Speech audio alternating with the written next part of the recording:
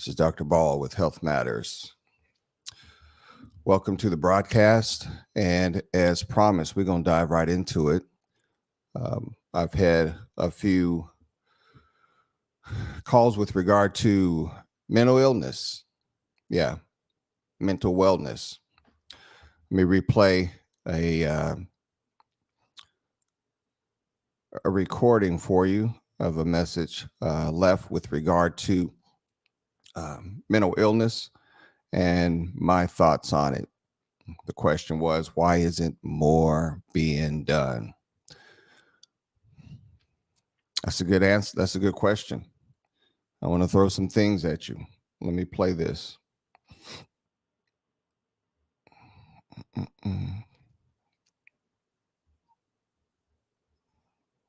Hi. Why isn't mental health taken seriously amongst physicians? You guys seem to blow us off, like we just want to keep showing up with the same issues. For me, it's anxiety. I call my doctor. My anxiety is crippling, and they make an appointment 2 weeks out. How in the hell can that help me right now? I'm sorry that I'm emotional, but this is a real life problem, and the ER is my only option for right now care. And then it's rolling dice as to if you get a doctor who cares or a real asshole. What can be done to take our illness more seriously? What can be done to take mental health and mental illness more seriously? A lot. And I'm going to just cut to the chase. It's all about dollars. Yeah, it's all about dollars. You see, mental health and mental illnesses is something that the treatment can't be standardized. And so if a modality or a way of going about it, treating someone can't be standardized, and you have no idea what the expense may be. Yeah. Take, for instance, you're going out there to find some insurance. Have you ever noticed that when you're looking through the pamphlet, they're in a separate section, psychiatric care? They tell you what all they do, but there's also a cap. There's also a lesser percentage of reimbursement. But we supposedly, corporate health care takes it seriously. Insurance companies supposedly take it seriously. You see, with every other realm of medicine and illnesses, we when we look at our mental health books, and we don't see stroke set to one side. We don't see myocardial injury or heart attack set to one side. We don't see diabetes set to one side. It's all in there. You're going to pay your copay. This is what we expect to pay from the hospital. And it's that simple. With mental health, they got to say, you're over here, and this is how much we're going to pay, and this is your cap. So don't be unstable too many times or you're on your own. That's what that's saying. You see, with standardized care, a person, say, for instance, having a heart attack, hospitals know. There's cath lab, cha-ching. There's hospitalization, cha-ching. There may be some follow-up, some cardiac rehab, cha-ching, cha-ching. We want that so badly, we even have quality measures that must be met to show that we really care about that man, that woman that had a heart attack. We really care. And we want to make sure we meet these standards, how fast we do an EKG, how fast we implement aspirin, how fast we implement blood thinners, how quickly they get over to the cath lab. Yeah, we want to know all that, because if we miss the mark, somebody's going to know about it. Person comes into the ER, and as soon as we find out there's a heart attack, an entire cascade of events is going on at that point. Yeah, we're calling in the cath lab team. We're telling people to get out of bed, be here in less than, you know, so many minutes. Until then, you're doing this, this, and this. We got a person come in with weakness on one side. Oh, we're going to get on the speaker and we're going to call code stroke, room 5. Code stroke, room 5. Everybody's going to go there. They're going to take care of that patient. There's benchmarks to be met. How quick that patient gets to CT, how long it takes to call the neurologist, and where to go from there. Person comes in with a car accident. We see some evidence of some trauma we call code trauma. Person comes in, life is disarray. Don't want to live another minute. Terribly distraught. Suffers from mental illness, and certain time of year triggers it, and it's the worst time, and they're in their darkest moment. They don't want to live anymore. They come literally out of their mind, kicking and screaming. We park them in a room in a corner. Get to them when we get to them. Reach out to mental health representative. They'll see them when they can see them. Sometimes you go on shift, get off shift. That's 12 hours. Come back, they still there. Tied down. 4-point restraint. Leave shift, come back, they're still there. Now, if we have the wherewithal to know that time is tissue when it comes to the heart and we have to do something immediately, if we have the wherewithal to know we have a 3 to 4 hour window to do something with this stroke to minimize the risk of permanent paralysis, if we have the wherewithal to understand that we have to implement TXA or some other type of medicine for a code trauma with a brain bleed to stop ensuing damage, why don't we think that delayed crisis management for someone that's in a mental health crisis won't have damaging effects later with regard to their mental health? Of course it would. Of course it would. You can't say it will for the body, but not for the mind. Even if you don't have any objective data, some things only require common sense. Yeah. So that's a big problem. And you say, okay, well, doc, well, what can we do about it? How about this? How about have a mental health provider on call in the ER? How about that? How about have a mid-level specialized in psychiatric crisis, having his or her own office set up in the ER?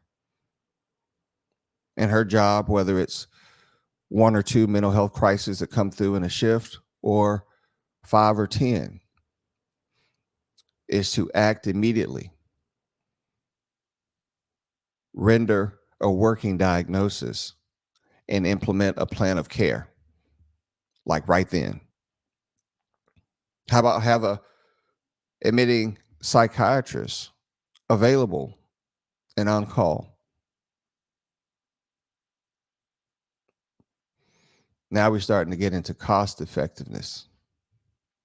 See, I could quantify cath lab profitability. I can put some dollars on that. But all I see is an expense in having to pay a psychiatrist. All I see is an expense in having to pay a mid-level or a psychiatric ER nurse. All I see is expenses of having to spend time with a patient. Time is money.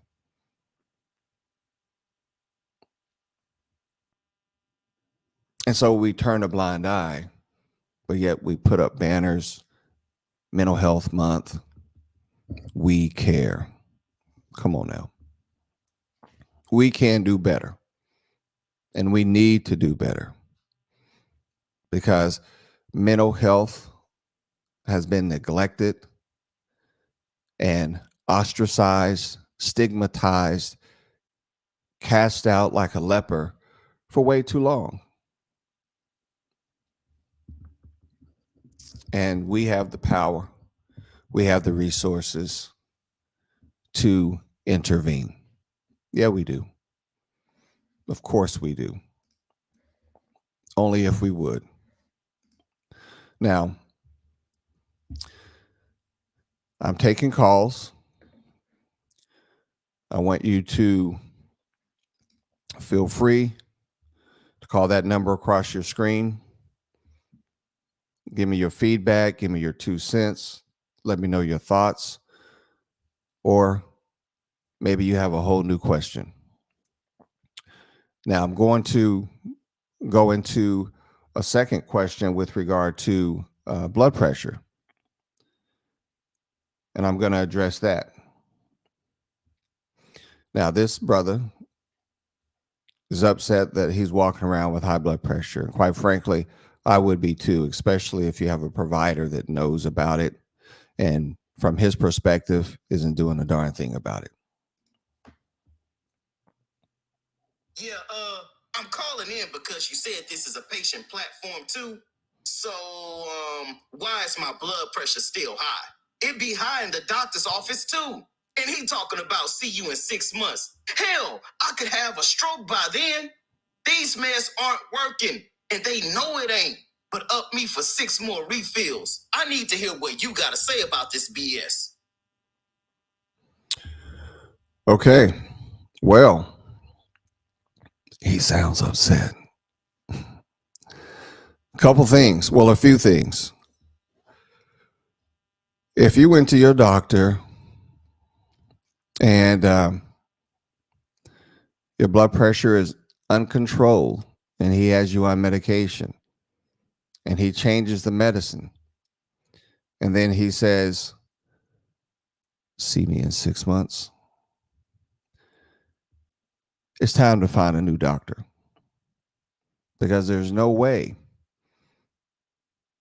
a well-studied man, a knowledgeable man in the field of medicine, and you're in his office and your blood pressure is 200 over 100 and he adjusts your medicine and says, see me in 6 months, that he doesn't know the potential negative ramifications that could take place if within those 6 months he still has uncontrolled blood pressure.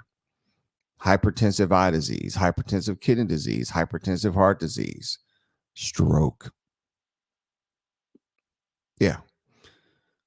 Now, I'll put this disclaimer in here. Maybe there's something the patient isn't saying or sharing with the doctor. Maybe there's something the doctor knows about the patient and understands that giving a higher dose of a blood pressure medicine or adding a second medication could be detrimental. Let me explain. Say I got a problem with alcohol. I don't want anybody to know about it. In fact, I'm kind of a little ashamed about it, but I got a problem with alcohol. Let's just say that.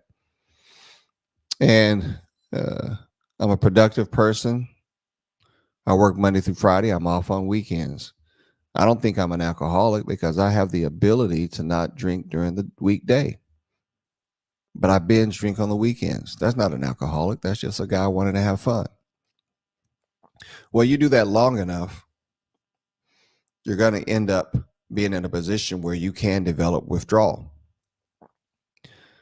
You know, Wednesday is hump day in the office, and for whatever reason, people always say you get a little irritable, and you just say, I'm just ready for the weekend. You know, I'm tired. You're more snappy. Come Thursday, you're just really hard to deal with, and people can't wait till Friday so they can just get away from you. You're actually in stage 1 alcohol withdrawal.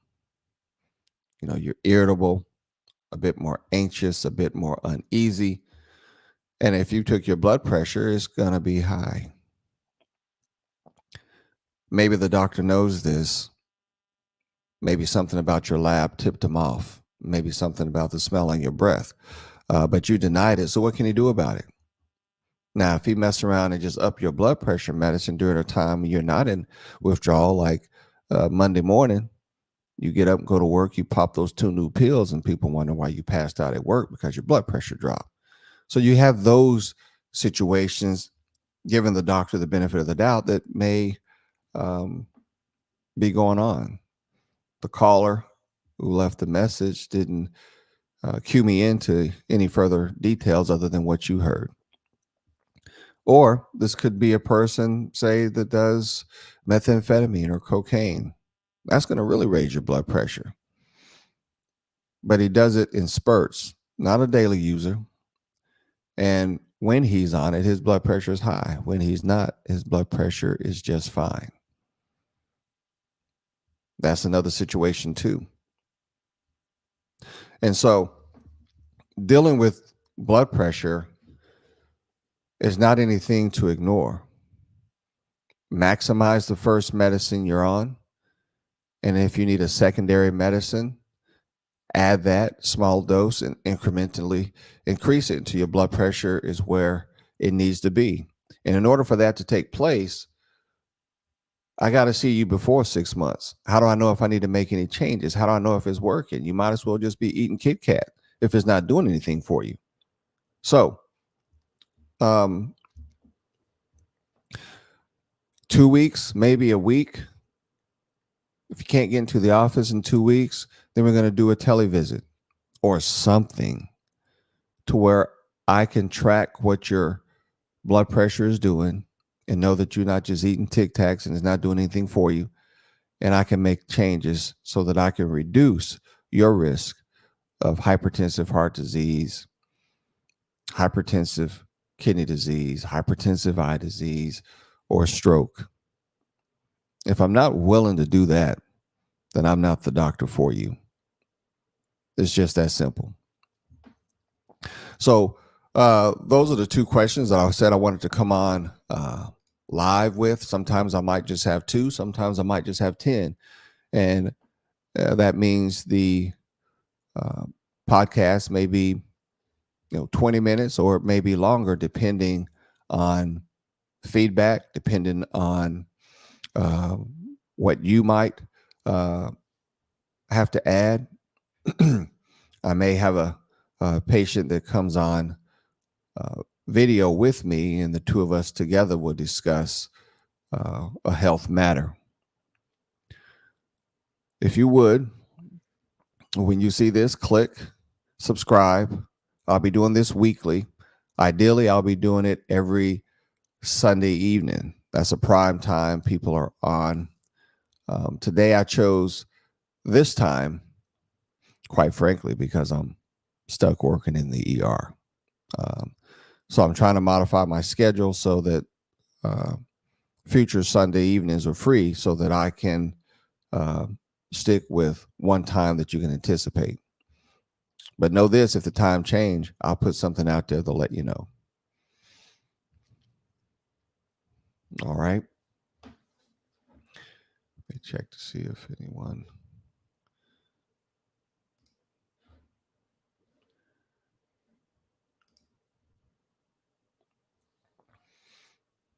Okay.